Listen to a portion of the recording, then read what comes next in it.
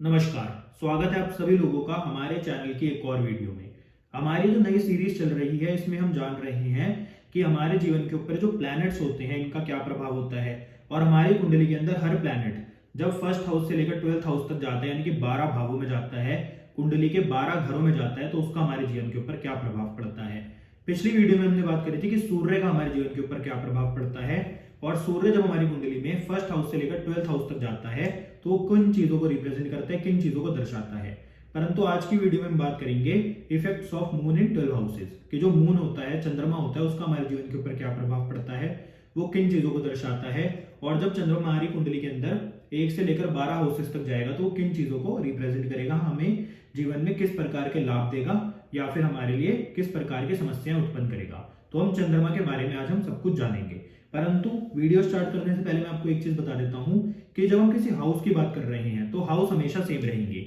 ये हमेशा first house रहेगा, ये सेकंड हाउस रहेगा, ये थर्ड हाउस रहेगा, ये फोर्थ रहेगा, ये फिफ्थ हाउस रहेगा, ये सिक्स्थ हाउस रहेगा, ये सेवंथ हाउस रहेगा, ये एट्थ हाउस रहेगा, ये नाइन्थ हाउस रहेगा, ये 10th हाउस रहेगा, ये 11th हाउस रहेगा और ये 12th हाउस रहेगा। कहने का मतलब इसके अंदर ये जो आप नंबर देख रहे हैं नंबर कोई भी लिखा हो सकता है परंतु ये हाउसेस हमेशा सेम ही रहेंगे। जब हम बात करेंगे कि चंद्रमा का कुंडली के 4th हाउस में कैसा प्रभाव होगा तो हम इस हाउस के बारे में ही बात कर रहे हैं, चाहे इसमें नंबर 5 लिखा हो, 6 लिखा हो, चाहे 1 लिखा हो। तो हाउसेस हमेशा सेम रहते हैं, वो कभी भी बदलते नहीं है। फर्स्ट से लेकर 12th हाउसेस हमेशा सेम ही रहेंगे, इस बात का आप ध्यान रखिए।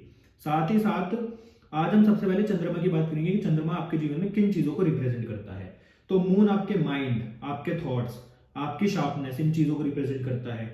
आपके जीवन के अंदर जो किसी चीज की सीक्रेसी रखने की टेंडेंसी है, किसी चीज को सीक्रेट रखने की जो पावर है, जो आपको अपने अंदर कुछ छुपाए रखने की ताकत देती है, उस चीज को भी कहीं ना कहीं मून ही रिप्रेजेंट करता है। जो भी आप ट्रैवल करते हैं सी से रिलेटेड, ओशन से रिलेटेड, पानी से रिलेटेड, यानी कि किसी शिप के ऊपर आप ट्रैवल करें, किसी मतलब दूसरे देश में आप पानी की सहायता से जाएं, तो उसको भी कहीं ना कहीं मून ही रिप्रेजेंट करता है। या फिर जब कोई व्यक्ति अपने बर्थ प्लेस से दूर जाकर सेटल हो जाता है, उसमें भी कहीं ना कहीं मून की ही भूमिका होती है, मून उस चीज को भी रिप्रेजेंट करता है। जो व्यक्ति अपने जीवन के अंदर साइंस या फिर मेडिकल फील्ड में हायर एजुकेशन प्राप्त करता है, उसके ऊपर भी कहीं ना कहीं मून का ही आधिपत्य होता है।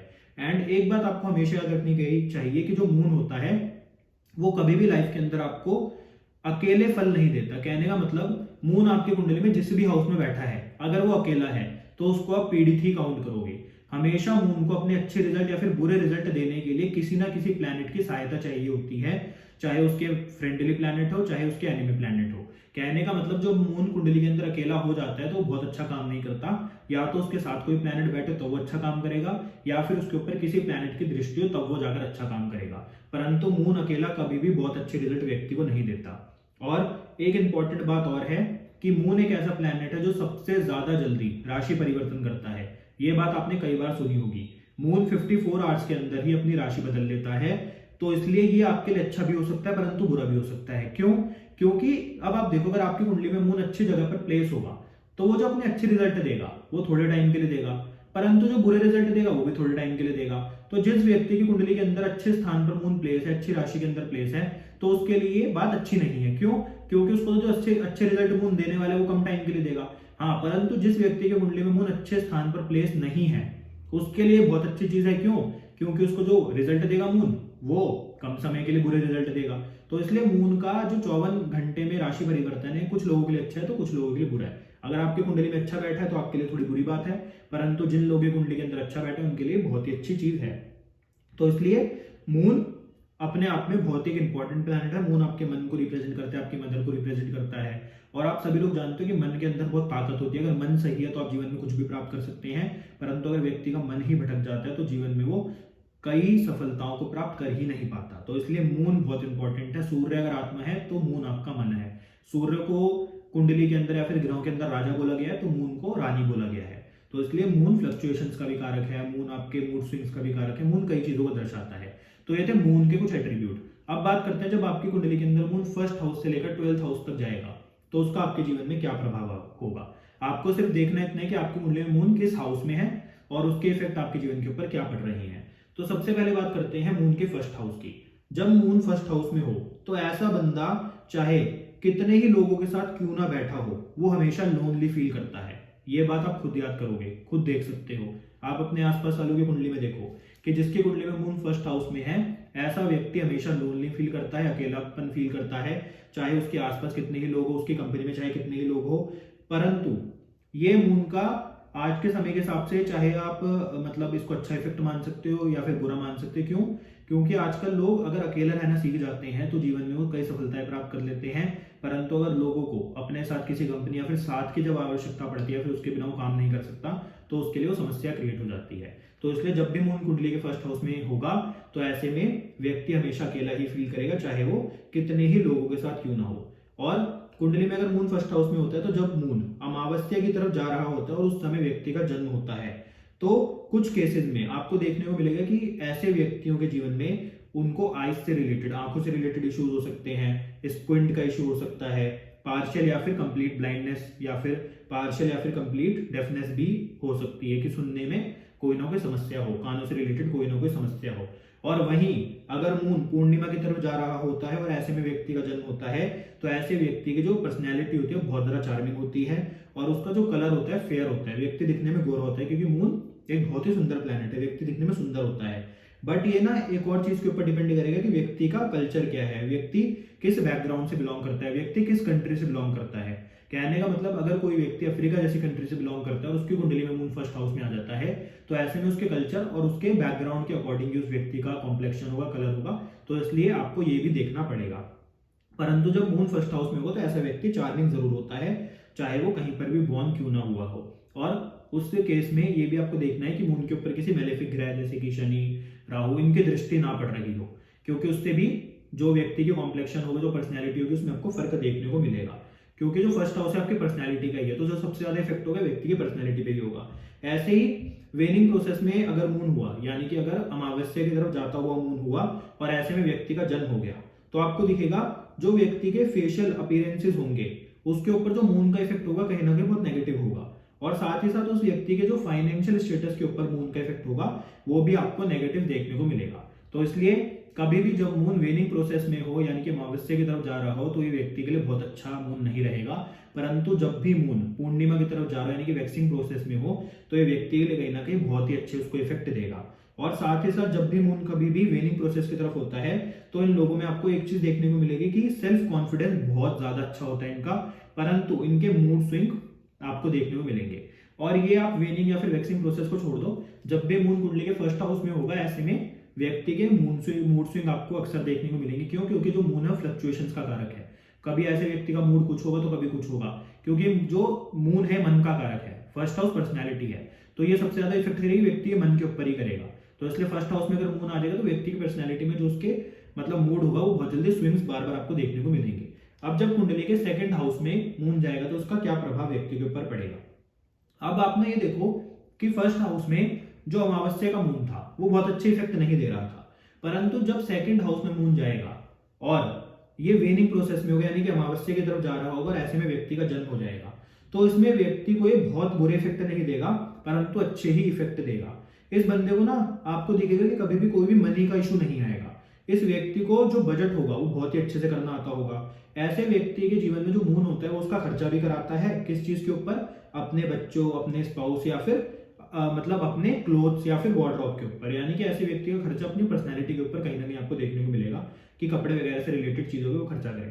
साथ ही साथ जब सेकंड हाउस में मून आता है तो ऐसे में व्यक्ति को ना मेडिकल ट्रीटमेंट पे भी कई बार खर्चा करना पड़ता है, परंतु अपने ट्रीटमेंट पे नहीं, अपनी वाइफ या फिर अपने बच्चों के ट्रीटमेंट पे ये मून खर्चा भी कराते हैं इन चीजों के ऊपर। आपको दिखेगा कि जिसका कुंडली में सेकंड हाउस में मून होगा, ये लोग ना ज्यादातर ना ड्रिंक वगैरह, अल्कोहल वगैरह कंज्यूम नहीं करते, बट फिर भी इनके पास आपको बहुत अच्छे अच्छे ब्रांड्स की मतलब ड्रिंक्स वगैरह, बियर या फिर विस्की वगैरह मिल सकती हैं, जो ये ओकेजनली यानी कि जब इनके दोस्त वगैरह आते हैं या फिर इनके रिश्तेदार आते हैं तब ये यूज करते हैं। क्यों? क्योंकि इनको दिखावा करने की आदत होती है। अगर कुंडली में सेकंड हाउस में मून होता है तो कहीं ना कहीं व्यक्ति को दिखावा करने की आदत होती है। ये जो लोग होते हैं इनको शो ऑफ करना मतलब बहुत ही ज्यादा अच्छा लगता है। जैसे कि ऐसे लोगों को ना सिल्वरवेयर बहुत पसंद होते हैं यूज करने, लिनन की बेडशीट ये लोग यूज करते हैं, होम डेकोर के ऑब्जेक्ट्स ये लोग यूज करते हैं। क्यों? क्योंकि दिखावे के लिए, सिर्फ चाहे इनके पास पैसा हो चाहे ना हो, परंतु दिखावे के लिए ये लोग इन चीजों की खरीदारी भी करते हैं और दूसरों को दिखाते भी हैं। पर यहाँ पर एक और कंडीशन सामने आती है कि अगर सेकंड हाउस में मून हो तो ऐसे लोगों को दिखावे की आदत तो होती है, परंतु अगर मून के साथ मार्स, मरकरी या फिर सैटर्न भी अगर सेकंड हाउस में आकर बैठ जाए तो ऐसे में व्यक्ति शो ऑफ तो कर रहा होगा, परंतु व्यक्ति एक्सपोज हो जाएगा, समझ आ जाएगा सामने वाले को कि ये व्यक्ति शो ऑफ कर रहा है, इसके पास इतना पैसा नहीं है, या फिर ये व्यक्ति सिर्फ दिखाने के लिए ये चीजें कर रहा है, पता लग जाएगा लोगों को। परंतु अगर सेकंड हाउस में मून अकेला होगा तो ऐसे में सामने वाला व्यक्ति समझ नहीं पाएगा कि ये व्यक्ति शो ऑफ कर रहा है, और उसका शो ऑफ करना सक्सेसफुल हो जाएगा। अब ये लोग ना कोशिश करते हैं कि इनके स्पाउस भी इन्हीं के जैसी लाइफ जिए। अगर ये शो ऑफ कर रहे हैं तो इनका स्पाउस भी शो ऑफ करे, परंतु ये बात ना जनरली आपको दिखेगा कि इनका स्पाउस करेगा नहीं। जैसे ही अपने स्पाउस को बोलेंगे करने के लिए, वो करेगा नहीं। जैसी लाइफ ही अपने स्पाउस को चाहेंगे कि वो जिए, वो जिएगा नहीं, वो अपने अकॉर्डिंग ही चलेगा। ये आपको इफेक्ट देखने को मिलेगा। तो सेकंड हाउस में मून के आपको कुछ इस प्रकार के प्रभाव और इफेक्ट देखने को मिलेंगे। अब जब कुंडली के थर्ड हाउस में मून जाएगा तो ये किन चीजों को दर्शाता है? तो थर्ड हाउस है आपके ट्रैवल्स का, थर्ड हाउस है आपके कम्युनिकेशन का, थर्ड हाउस है आपके सिबलिंग्स, आपके नेबर्स का, आपके हार्डवर्क का। तो इस हाउस में मून किन चीजों को दर्शाएगा? इस बंदे का ना सबसे पहले तो आपको दिखेगा कि जब मन करेगा तब ये बहुत हार्डवर्क करेगा, परंतु जब इसका मन नहीं करेगा ये आलसियों की तरह बैठा रहेगा, कुछ भी काम नहीं करेगा, क्योंकि हार्डवर्क का हाउस है और मून फ्लक्चुएशंस का कारक है। तो तब जब व्यक्ति का मूड करेगा तो वो हार्डवर्क करेगा, जब मूड नहीं करेगा तो हार्डवर्क नहीं करेगा। ये सब कुछ इसके मूड के ऊपर डिपेंड करेगा, किस चीज से रिलेटेड, हार्डवर्क से रिलेटेड। तो ऐसे लोगों का जो भी हार्डवर्क से रिलेटेड आपको अगर इनसे काम करवाना है तो आप नहीं करा सकते। जब इनका मन करेगा तो हार्डवर्क करेंगे, जब इनका नहीं मन करेगा तो आलसी की तरह बैठे रहेंगे। परंतु इन लोगों को ना ऑर्नामेंट्स, ज्वेलरी पहनने का बहुत ही ज्यादा शौक होता है। ये जो लोग होते हैं ये दूसरों को ना बहुत ज्यादा एंकरेज करते हैं कि तुम हार्डवर्क करो, तुम बोल्ड बनो, तुम दूसरों के सामने डरो मत। परंतु ये ना खुद जो भी काम करते हैं हमेशा बैकग्राउंड में छुप कर करते हैं, ये आपको देखने को मिलेगा। ये जो लोग होते हैं ये ना हेजिटेट करते हैं रिस्क लेने में, लाइफ के अंदर चाहे कोई भी काम हो उससे रिलेटेड रिस्क लेने में कहीं ना कहीं एक हेजिटेशन रखते हैं। परंतु ये जब इनको कहीं पे मतलब आप मानो कि दूसरी कंट्री में सेटल होने की बात आती है, फिर दूसरी कंट्री जाने की बात आती है, ये उसके लिए बहुत ही ज्यादा कोई सीरियस एफर्ट करते हैं माइग्रेट होने के लिए। ये बहुत ज्यादा सीरियस एफर्ट आपको करते हुए दिखेंगे। साथ ही साथ ये चाहेंगे कि दूसरे लोग इनकी इस चीज के अंदर हेल्प करें, दूसरों से सपोर्ट एक्सपेक्ट करते हैं, बट वो लोग इनकी हेल्प नहीं करते, इनको दूसरों का सपोर्ट नहीं मिलता। थर्ड हाउस में मून होगा तो ये आपको देखने को मिलेगा कि ये लोग दूसरी कंट्री में जाने के लिए बहुत उतावले होंगे, उसके लिए एक सीरियस एफर्ट भी डालेंगे, सोचेंगे कि दूसरा व्यक्ति कोई इनकी हेल्प कर दे, कोई सपोर्ट कर दे, परंतु कोई करेगा नहीं। तो ये आपको देखने को मिलेगा। ये जो लोग होते हैं ना बहुत ज्यादा हार्डवर्क करते नहीं है, बस चाहते हैं कि ये हार्डवर्क ज्यादा ना करें पर ये वेल्दी हो जाएं। ये भी इनकी आपको एक क्वालिटी दिखेगी कि हार्डवर्क करने से थोड़ा कतराएंगे, पर चाहते ये है कि मैं बिल्कुल मतलब बहुत ही अमीर व्यक्ति और वेल्दी व्यक्ति बन जाऊं। ये लोग ना छोटी छोटी बीमारियों के लिए ना आपको दिखेगा कि डॉक्टर के पास चले जाएंगे, दवाइयां खानी शुरू कर देंगे, मेडिसिन खानी शुरू कर देंगे, बट जैसे ही इनको लगेगा कि इनकी बीमारी ठीक होनी शुरू हुई है छोड़ देंगे। कहने का मतलब छोटी छोटी बीमारियों के लिए डॉक्टर के पास तो जाएंगे और जैसे ही डॉक्टर दवाई देगा उसको खा भी लेंगे, पर इनको जब लगेगा ना कि बीमारी थोड़ी बहुत ठीक होनी शुरू हुई है ये बिल्कुल छोड़ देंगे। मतलब इनके मूड के ऊपर बात है सब कुछ। थर्ड हाउस आपके कम्युनिकेशन, आपके ट्रैवल्स, इन चीजों को दर्शाते हैं। ऐसे लोग ट्रैवल बहुत ज्यादा करते हैं। साथ ही साथ आपको दिखेगा थर्ड हाउस में जब मून होगा तो ऐसे लोग ना लाइफ के अंदर इनको जो प्रॉब्लम्स आती हैं हेल्थ से रिलेटेड वो बहुत ज्यादा मेजर नहीं आती। ये छोटी छोटी बीमारियों के चक्कर में डॉक्टर के घूमते रहते हैं, पर लाइफ में इनकी कोई मेजर प्रॉब्लम ऐसी आती नहीं है। अब जब मून कुंडली के फोर्थ हाउस में होगा तो फोर्थ हाउस है आपकी मदर का, फोर्थ हाउस है आपके वाहन का, ये हाउस है आपके वाहन, आपके घर का। तो ऐसे लोगों को चाहिए कि इनके पास कोई ना कोई वाहन जरूर हो।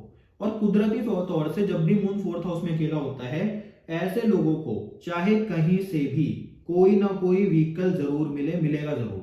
कहने का मतलब इनके पास व्हीकल की कमी नहीं होगी। जब इनको कोई व्हीकल चाहिए होगा, वाहन चाहिए होगा, स्कूटी, बाइक कुछ भी चाहिए होगी, चाहे कोई इनको गिफ्ट दे दे, चाहे कोई मतलब इनको उधार पे दे दे, इनके पास वो व्हीकल आ जाएगा। ये आपको दिखेगा कि ये व्हीकल चाहे कहीं से भी बोरो करो, इनको एक व्हीकल, एक गाड़ी, बाइक वाइक कुछ भी जो भी इनको चाहिए वो मिल जाएगी, चाहे कहीं से भी इनके पास है। ये आपको देखने को मिलेगा। ये बंदा ना इसको स्वीट्स बहुत पसंद होंगी, इनको ऐसी चीजें पसंद होंगी जो ड्रिंकेबल यानी कि पीने के लिए, कोल्ड ड्रिंक वगैरह होती है या फिर कोई भी चीज हो सकती है जिसके कारण जो इनका वेट होता है कई बार बढ़ जाता है।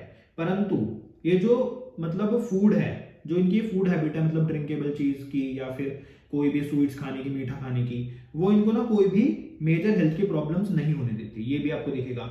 ये बंदा ना फास्ट में बिलीव नहीं करेगा। ये व्यक्ति चाहे कितना भी रिलीजियस क्यों ना हो, ये बोलेगा कि मेरे को व्रत यानी कि फास्ट या फिर उपवास में कोई भी मतलब बिलीव नहीं है। ये अपना फुल खाएगा पिएगा और दूसरों को भी बोलेगा कि फास्ट वगैरह में बिलीव करने का कोई फायदा नहीं है, भगवान ने किसी को नहीं बोला कि तुम भूखे रह के मेरे को खुश करो। ये इस टाइप का बंदा होगा। चाहे कितना ही रिलीजियस क्यों ना हो, चाहे पूरे दिन पूजा पाठ करते रहते हो, पर फास्ट में बिलीव नहीं करते लोग।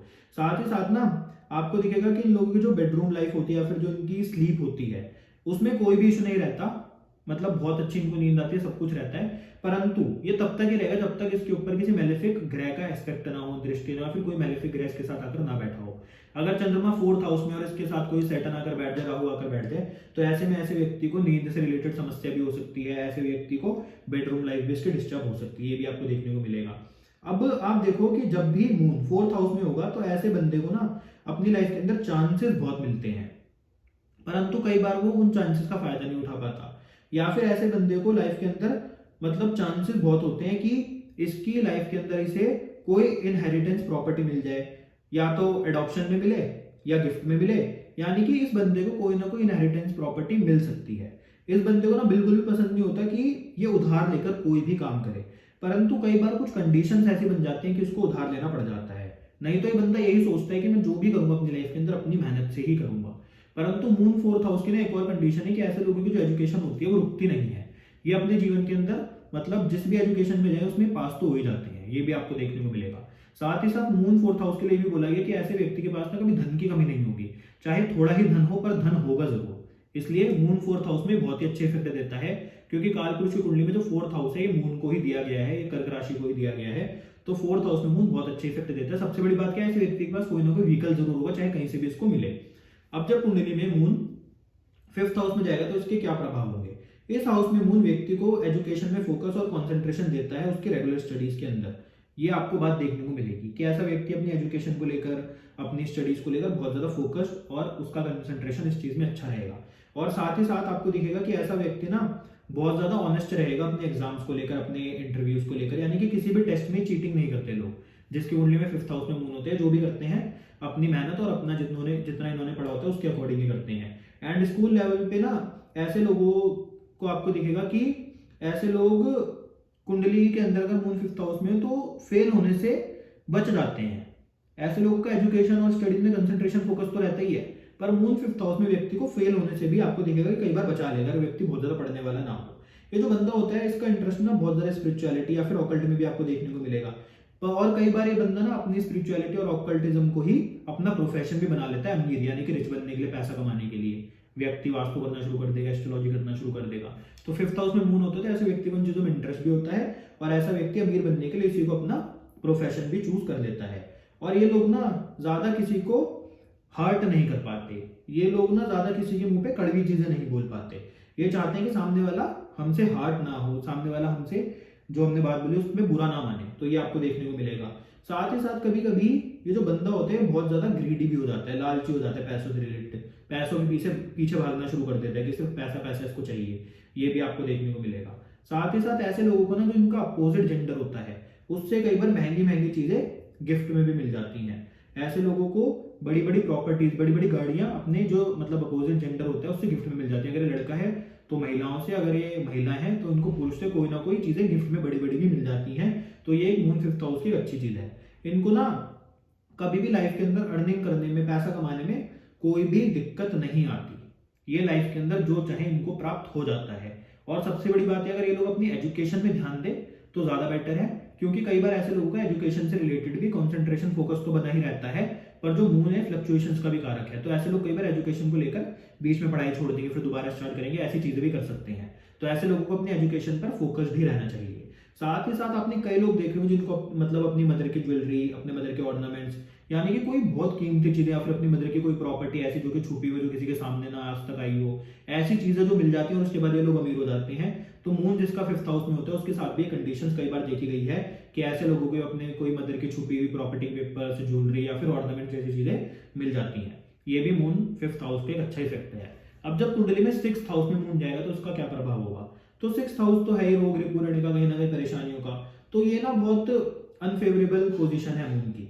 लेकिन अगर इसके साथ कोई भी सॉफ्ट प्लैनेट और आकर बैठ जाए, जैसे मरकरी आ जाए या फिर जुपिटर आ जाए, तो ये और भी ज्यादा ट्रबल्स को बढ़ा देता है। यानी कि सिक्स्थ हाउस में मून और कोई सॉफ्ट प्लैनेट अगर बैठ जाए तो ये ट्रबल्स को और ज्यादा बढ़ा देगा। पर वहीं पर अगर अपोजिट में, यानी कि मून के साथ अगर कोई अपोजिट में ऐसे प्लैनेट बैठ जाए जो कि हार्ड प्लैनेट हो, जैसे कि मून के साथ सिक्स्थ हाउस में सैटर्न बैठ जाए, राहु बैठ जाए, तो ऐसे में इसकी लाइफ के अंदर से ना ट्रबल्स को कम करेगा।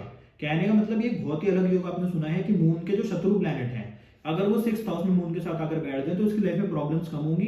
परंतु मून के जो फ्रेंडली प्लैनेट है जैसे कि जुपिटर हो गया या फिर वीनस हो गया, जो सॉफ्ट प्लैनेट है, अगर वो मून के साथ 6th हाउस में अगर बैठ गए तो उसकी ट्रबल्स को बढ़ा ही देंगे। तो ये इसका इफेक्ट आपको देखने को मिलेगा। मून माइंड का भी कारक है और 6th हाउस इलनेस का है, तो कभी कभी ना ये चाइल्डहुड में लॉन्जेविटी को बहुत ज्यादा इफेक्ट करता है, खास करके जब जब इसके साथ में मरकरी या फिर जुपिटर, यानी कि मैंने आपको बताया कि सॉफ्ट प्लैनेट आकर बैठ जाए तो इसके लिए प्रॉब्लमेटिक ही बनते हैं, चाहे लाइफ के अंदर हो चाहे हेल्थ के अंदर हो। ये बंदा आपको दिखेगा कि ये इंट्रोवर्ट भी होता है और काम में ना फोकस नहीं कर पाता, क्योंकि 6th हाउस प्रॉब्लमेटिक है, 6th हाउस ट्रबल्स का है। और मून क्या है? मून है फोकस, कंसंट्रेशन। तो ऐसा व्यक्ति जो भी काम कर रहा होता है, जो भी इसका प्रोफेशन होता है, उसमें कहीं ना कहीं मतलब कंसंट्रेशन, फोकस नहीं कर पाता, उस काम के ऊपर ध्यान नहीं लगा पाता, एब्सेंट माइंडेड बन जाता है। ये लोग ना बहुत ज्यादा काम को ना डिले भी करते हैं, चाहे किसी भी प्रकार का काम हो उसमें डिले करते हैं, डिसीजन लेने में डिले करते हैं, लेट हो जाते हैं, इनको समझ नहीं आता कि कैसा डिसीजन लो, डिसीजन सही रहेगा या फिर नहीं रहेगा, जिसके कारण कभी कभार इनके हाथों से ना बहुत बड़ी बड़ी बहुत अच्छी अच्छी जो अपॉर्चुनिटीज होती है वो चली भी जाती हैं। ये लोग ना बहुत जल्दी अपने शत्रु भी बना लेते हैं, लोगों को अपना दुश्मन भी बना लेते हैं। और कभी कभी ना इनकी अपनी मदर के जो भाई बहन होते हैं, यानी कि इनकी मतलब मासी हो गई, इनके मामा हो गए, उनके साथ में रिलेशन अच्छे नहीं होते। और रिलेशन को अगर इंप्रूव करना भी चाहे तो उसमें कई बार बहुत ज्यादा आपको लगेगा कि टाइम देखने को मिलेगा, कि अगर इनको लगता है कि इनकी मासी और मतलब इनके मामा के साथ इनकी रिलेशन अच्छी नहीं है, तो रिलेशन अगर ठीक करेंगे तो उसमें बहुत ज्यादा टाइम भी जाएगा, यानी कि एकदम से रिलेशन ठीक नहीं होंगे। और ना इन लोगों ने जो बहुत बुरी बात होती है, 6th हाउस में अगर मून हो, ऐसे लोगों को दूसरों की पीठ पीछे बुराई करने में बहुत इंटरेस्ट होता है। आपको लगेगा कि मैं कुछ बातें बहुत ज्यादा कड़वी बोल रहा हूँ, परंतु ये सत्य है। आप अपनी कुंडली में देख लीजिएगा, जिसके अंदर जो गुण है वो है। तो 6th हाउस में जब मून होगा तो ऐसे लोगों को दूसरों की बुराई करने में कहीं ना कहीं बहुत ज्यादा इंटरेस्ट होता है।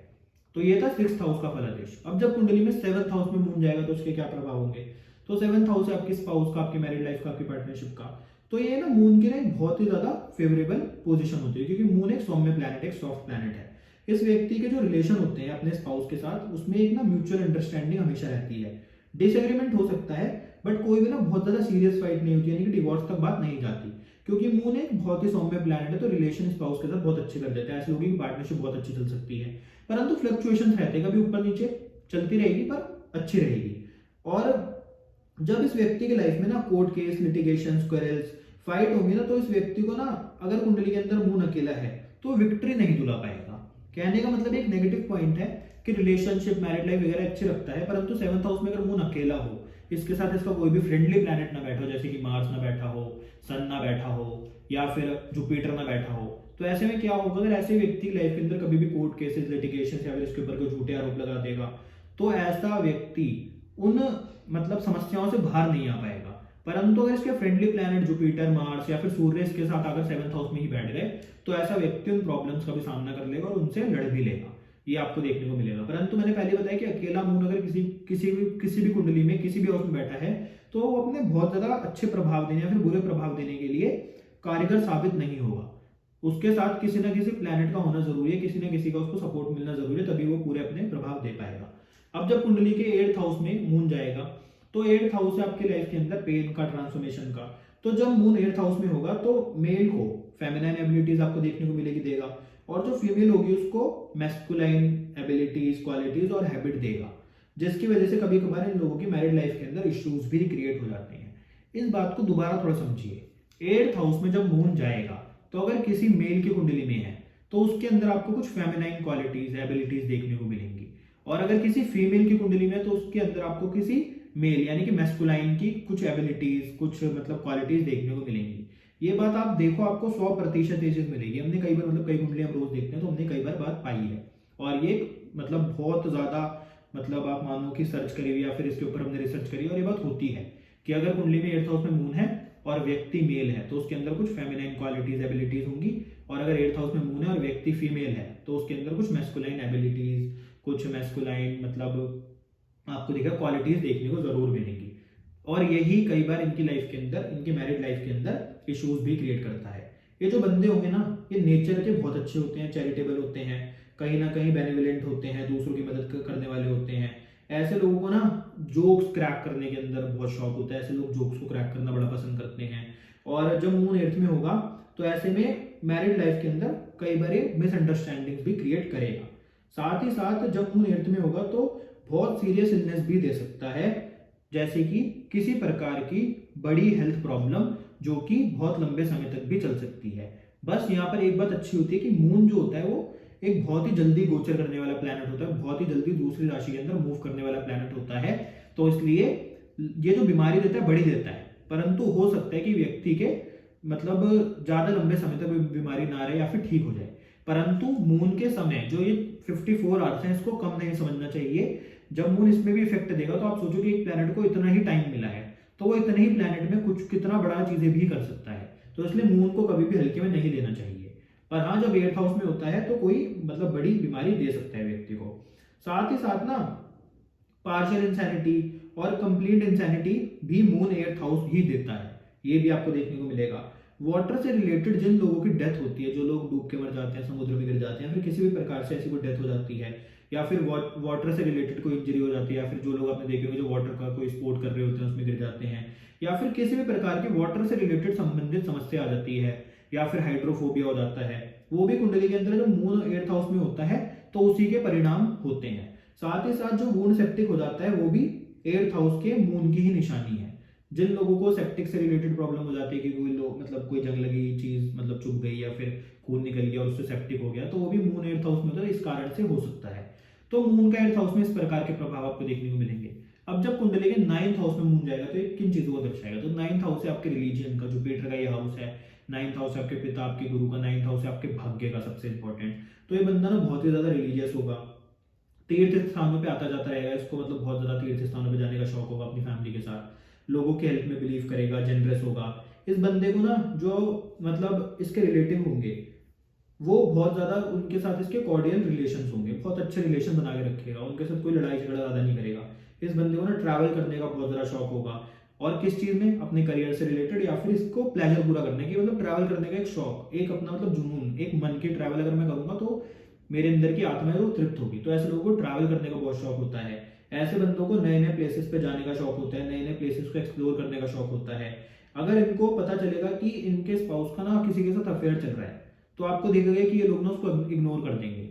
ये लोग इतने ज्यादा जेनरस होते हैं कि अगर इनके स्पाउस का किसी के साथ अफेयर भी चल रहा होता है तो ये उसको भी इग्नोर कर देते हैं, या फिर बहुत धीरे या फिर बहुत कम बात में उसको टाल देते हैं। या फिर अगर इनको उनके साथ रिश्ता भी तोड़ना होता है तो बहुत आराम से कोई लड़ाई झगड़े के बिना तोड़ देते हैं। तो इसलिए 9th हाउस में मून को बहुत अच्छा बताया गया है, भाग्य के लिए भी बहुत अच्छा है। अब जब कुंडली के 10th हाउस में मून जाएगा तो उसके क्या प्रभाव व्यक्ति को देखने को मिलेंगे, तो ऐसे व्यक्ति को ग्रेट फेम देगा, पब्लिसिटी देगा। किस चीज के लिए देगा, उसके काम के लिए, जो भी उसका प्रोफेशन होगा उसके अकॉर्डिंग इस व्यक्ति को एक अप्रिसिएशन मिलेगी, एक गद्दी मिलेगी, एक पोस्ट मिलेगी, लोग इसको अप्रिशिएट करेंगे इसके काम, इसके हार्डवर्क के लिए, ये आपको देखने को मिलेगा। लेकिन जो मून होता है ना वो स्ट्रगल बहुत देता है, किस चीज में, प्रमोशन में देगा, सैलरी को रेस कराने में देगा कि सैलरी बहुत आराम से बढ़ेगी नहीं। और जब भी कुंडली के 10th हाउस के अंदर मून होगा तो जो इनको सक्सेस और फेम मिलता है बहुत ज्यादा हार्डवर्क और स्ट्रगल के बाद मिलता है, ये भी इनको याद रखना चाहिए। जो मून होता है ना वो अथॉरिटी और पावर वाले बंदों से भी इनके कनेक्शन बनवाता है अगर 10th हाउस में होगा। परंतु ये लोग ना उसके बेनिफिट उठाते नहीं है।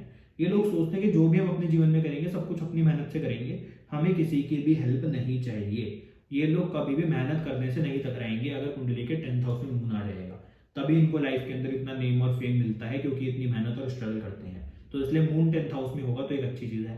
परंतु कई बार मून 10th हाउस में व्यक्ति के प्रोफेशन को बार बार चेंज भी कराता है, क्योंकि मैंने पहले बताया था कि मून प्रोफेशन का अगर हाउस में आ जाएगा तो मून एक फ्लक्चुएशन का प्लैनेट है।